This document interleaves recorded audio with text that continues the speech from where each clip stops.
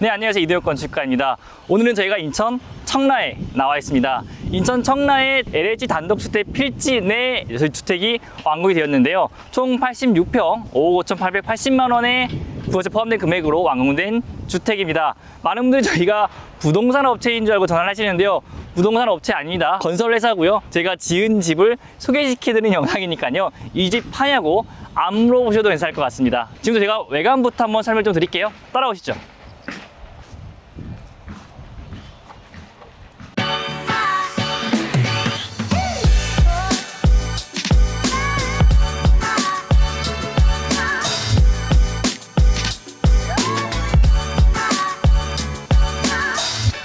네, 이 집은 모던 스타일의 전원주택입니다. 뒤를 보시게 되면 많은 분들이 모던 스타일이 무조건 박스형이라고 생각할진 모르겠지만 실상 디자인을 해보게 되면요, 외쪽 지붕이나 또 뒷경사면 해서 정면에는 면을 다듬고요, 그리고 지붕 라인을 여러 개 쪼개면서 디자인을 해도 충분히 모던한 느낌, 깔끔한 느낌을 낼 수 있다, 이렇게 보시면 좋을 것 같아요. 외장 베이스는 보시면 스타코 플렉스입니다.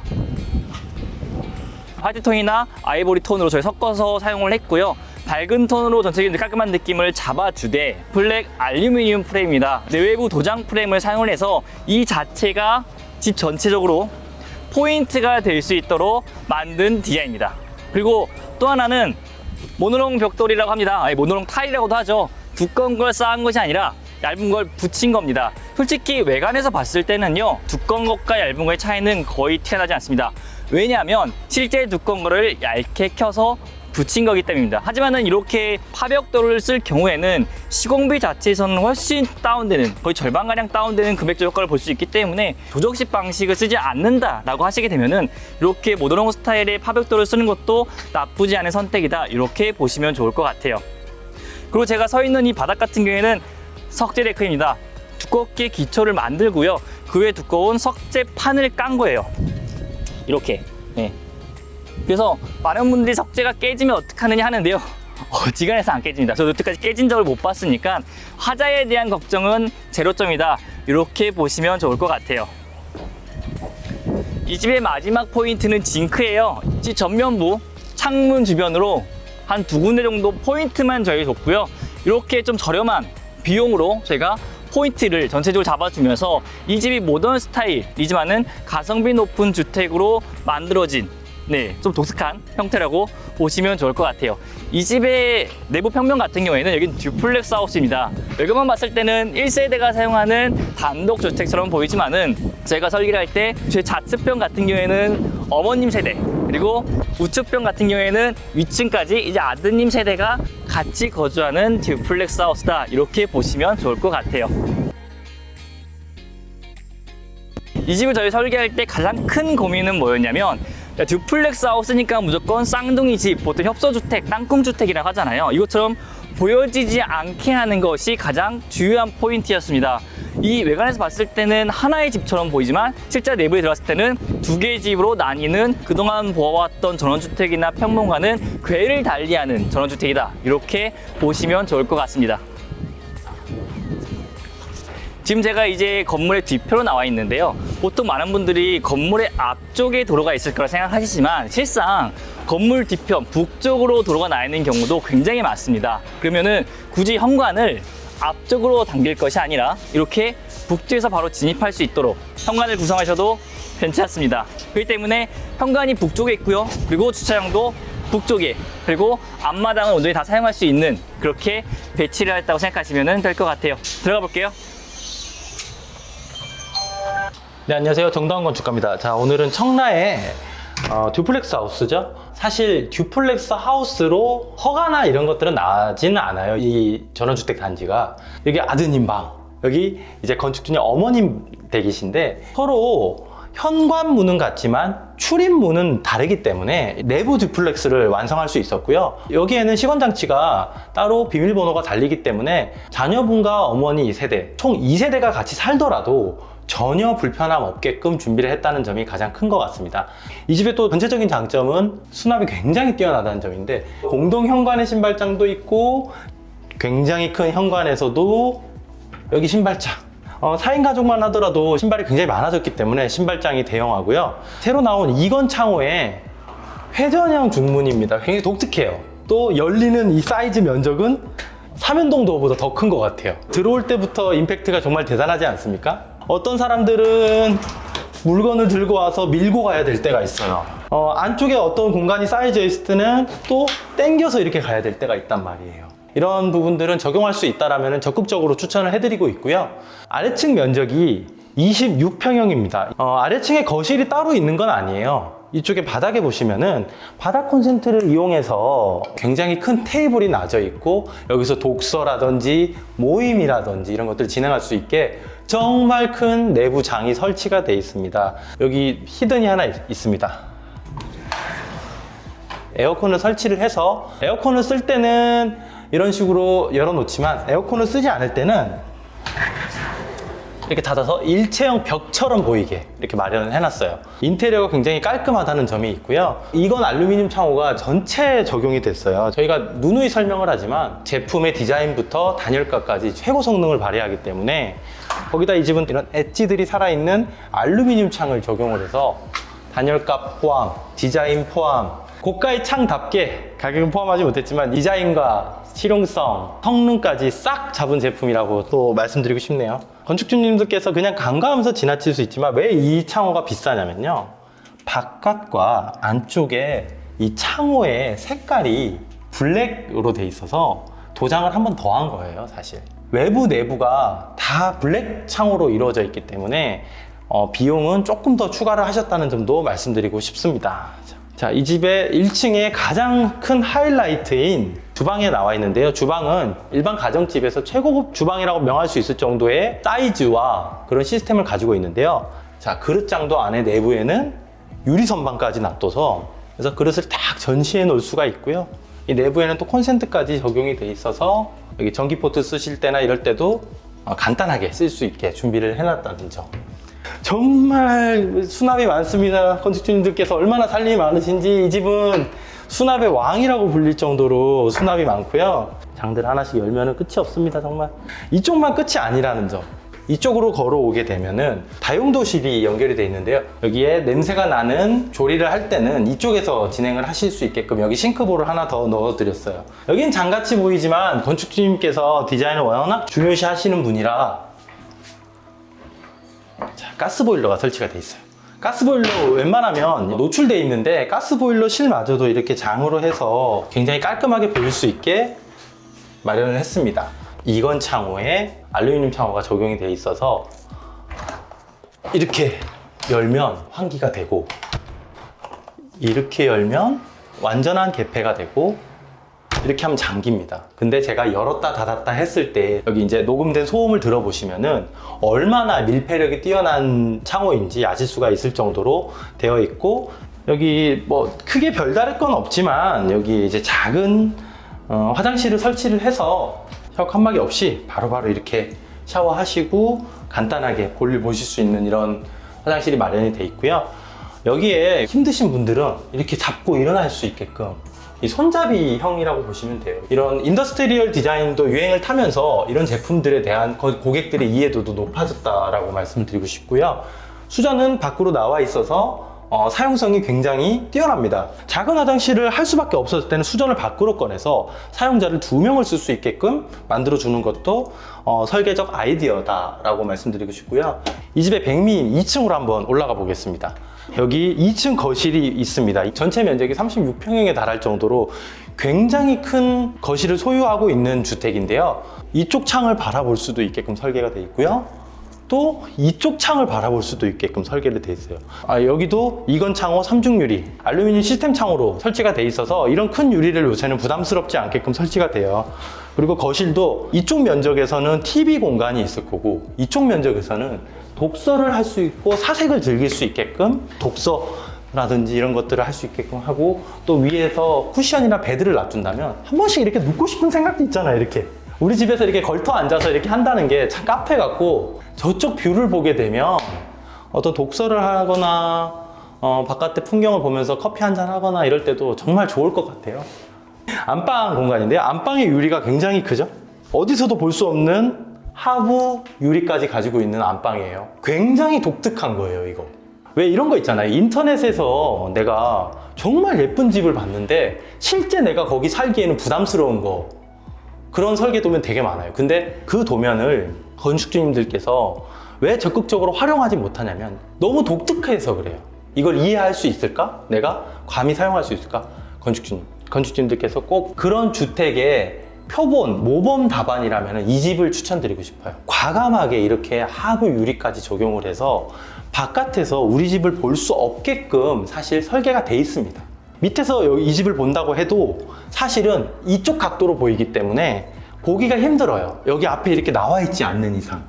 그리고 여기 블라인드가 쳐져서 내려오기 때문에 언제든지 사실 막았다 내렸다 할 수 있습니다. 그래서 우리 집의 독특함이라든지 나의 아이덴티티를 표현하고 싶다라면은 이런 개성 있는 장치, 당연히 실용성보다는 개성을 위해서 하는 거예요. 제가 창호 얘기를 계속 하는 이유가 있어요. 알루미늄 시스템 3중 유리가 적용이 되면서 단열값들이 벽보다 좋진 않지만 벽에 가까울 정도로 좋아졌기 때문에 이제는 안방의 대형 창호도 춥지 않을까라는 생각 때문에 못 하시는데 그 부분을 뛰어넘었다라고 보시면 돼요. 바로 이 알루미늄 시스템 3중 유리 때문입니다. 풀 시스템을 가지고 있는 안방 화장실인데요. 이제 화장할 수 있는 화장대 공간, 여기에는 사모님 물건만 남길 수 있는 이런 장들, 그리고 안방 화장실이 이렇게 정말 독특하게끔 잘려 있죠. 이 화장실의 전부라고 보시면 될 것 같아요. 이 부분이 여기 앉아 있으면 벽이 있으면 불편해요. 여기까지 돼 있으면 불편하다고요. 보이시나요? 이거 하나 때문에 이 질이 높아지는 거예요. 화장실의 질이. 여기 굉장히 좁아요. 화장실이 작다고요. 굉장히 사실 안방 화장실. 근데 이거 하나가 이 화장실의 품격을 굉장히 올려놨습니다.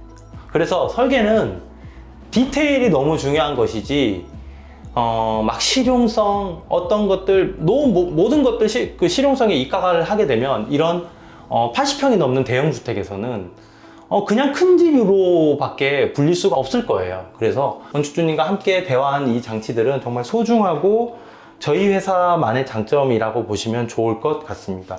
여기 하부에 여기까지도 파놨기 때문에 여기에 청소 도구라든지 이런 것들을 숨겨서 놔두는 것들도 가능하게끔 만들어져 있어요. 꼭 이 부분 찍어 주십시오. 근데 장이 많다는 게 장점만 있는 거 아닙니다. 단점, 일단 비쌉니다. 그 장값을 버틸 수 있다라면 다 장점입니다. 자, 여기 거실을 지나쳐서 계단에서 바로 올라와서 보이는 방은 따님 방입니다. 40평형대 주택의 방들보다 사실 좀 큽니다. 침대를 중앙으로 둘 정도로 굉장히 큰 방이라고 보시면 돼요. 여기 시스템 옷장들이 다 들어가 있고요. 옷장이나 어떤 가구류에 투자를 아낌없이 하셨기 때문에 건축주님께서 다른 부분을 아끼시고 가구에 확실하게 쓰신 점은 정말 마음에 듭니다. 이쪽 벽들도 전부 다 수납장으로 이루어져 있고요. 여기 수납장으로 있을 수 있는 이유는 바로 다락방으로 올라갈 수 있기 때문인데요. 자, 다락방은 3평으로 이루어져 있어요. 다락방이 그리 크지 않습니다. 이쪽에서 놀이를 하거나 재미를 위해서 이렇게 만들어 두신 공간이고, 사용하지 않으실 때는 창고로 갈 수 있는 공간이기도 하지만 집에 이런 옵션 하나 정도 있으면은 내 집을 사랑할 수 있는 장치라고 보시면 좋을 것 같습니다. 자, 여기 대형 룸이 하나 있습니다. 대형 룸. 독서 겸 공부방입니다. 돌출돼 있지만 어색하지 않은 수전도 있어서 방을 쓰시는 우리 자녀분들이 전혀 문제없게끔 준비가 돼 있어요. 이 여기 화장실은 공간마다 골드 앤 화이트, 뻔하지만 멋있는, 제가 좋아하는 스타일입니다.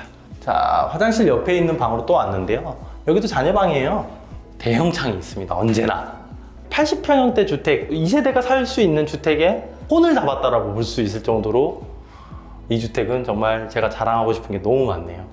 분명히 이 집은 건축주님께서 2세대가 같이 오랜 시간 살기 위해서 지어진 집이고, 오랜 시간 살기 위해서는 그만큼 장이 중요했고 어떤 넓은 공간과 유틸리티 시설이 필요했다라는 점을 이 내부를 통해서 건축주님들이 많이 정보를 얻어갔으면 좋겠어요. 지금 현재 내가 필요했던 것들, 아파트에서 취할 수 없는 것들을 전원주택에서 이렇게 취하시는 것들도 과감한 선택과 과감한 투자만이 이런 멋진 삶을 살 수 있다라고 결론을 짓고 싶습니다. 안녕하세요. 홈트레 임성재입니다. 좌측집, 그러니까 부모님 집을 먼저 한번 살펴보실 텐데요. 같은 마감재로 이어 들어와서 실제로 이 집의 현관이 되죠. 신발장.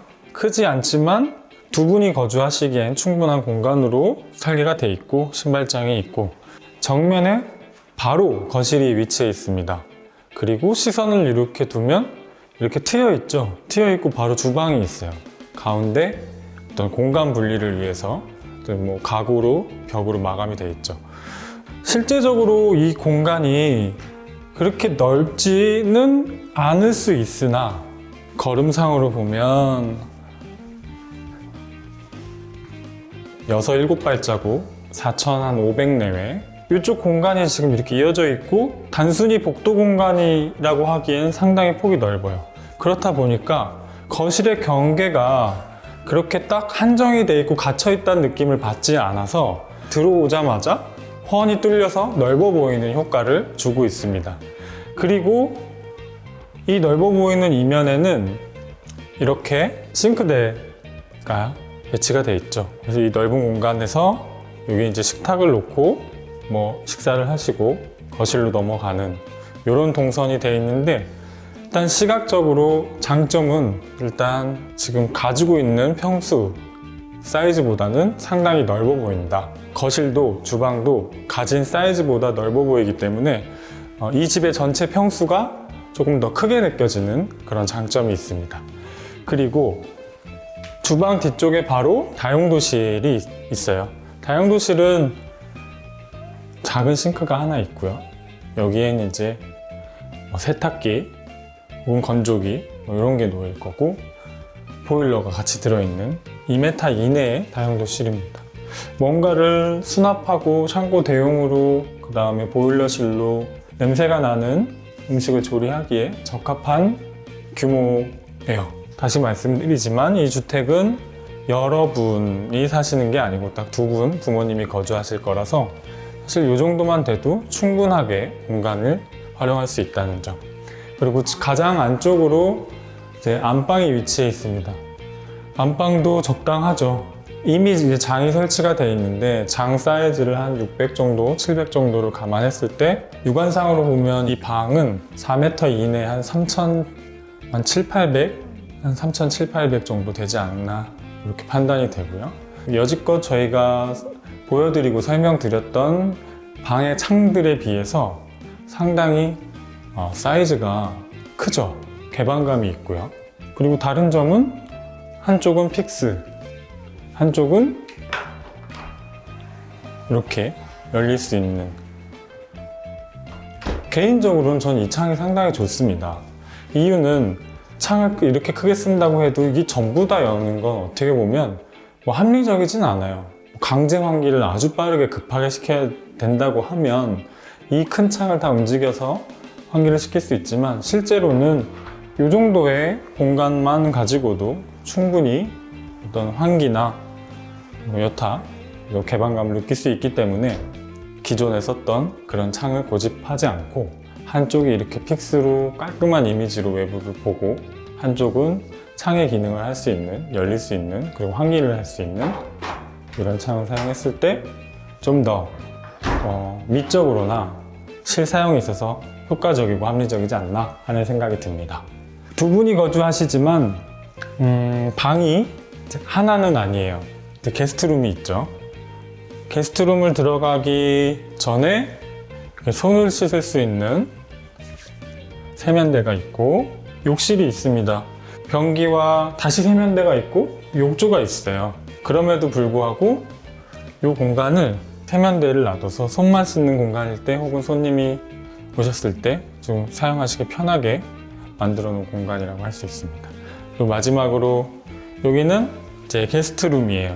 안방보다는 살짝 작죠. 장의 크기를 감안했을 때는 한 3,500 이내일 것 같아요. 마찬가지로 여기도 앞에 이제 집들이 있다 보니까 안방처럼 큰 창은 하지는 못했어도 일정 높이 이상에서 창을 크게 형성을 하되 한쪽은 픽스가 되고 한쪽은 이와 같이 이렇게 환기시킬 수 있는 창을 설치를 했습니다. 뭐 같은 사이즈로 이렇게 뭐 열리는 것보다 훨씬 더 프레임이 얇아서 심플해 보이는 것도 있고, 이 유리의 한 판의 느낌이 약간 개방적이긴 하죠. 물론 뭐 앞에 집들이 있다 보니까 어느 순간에는 블라인드를 치거나 커튼을 가리고 있을 수 있는데, 그렇지 않은 상황일 때는 제 생각엔 이보다 좋은 선택이 있을까 하는 생각이 듭니다. 앞으로 설계를 받으시거나 혹은 시공을 앞두고 계신 분들이 있다면 이런 어떤 구성의 창을 좀 진지하게 고민해 보셔도 도움이 되실 것 같습니다. 부모님이 사는 세대를 살펴보셨는데요.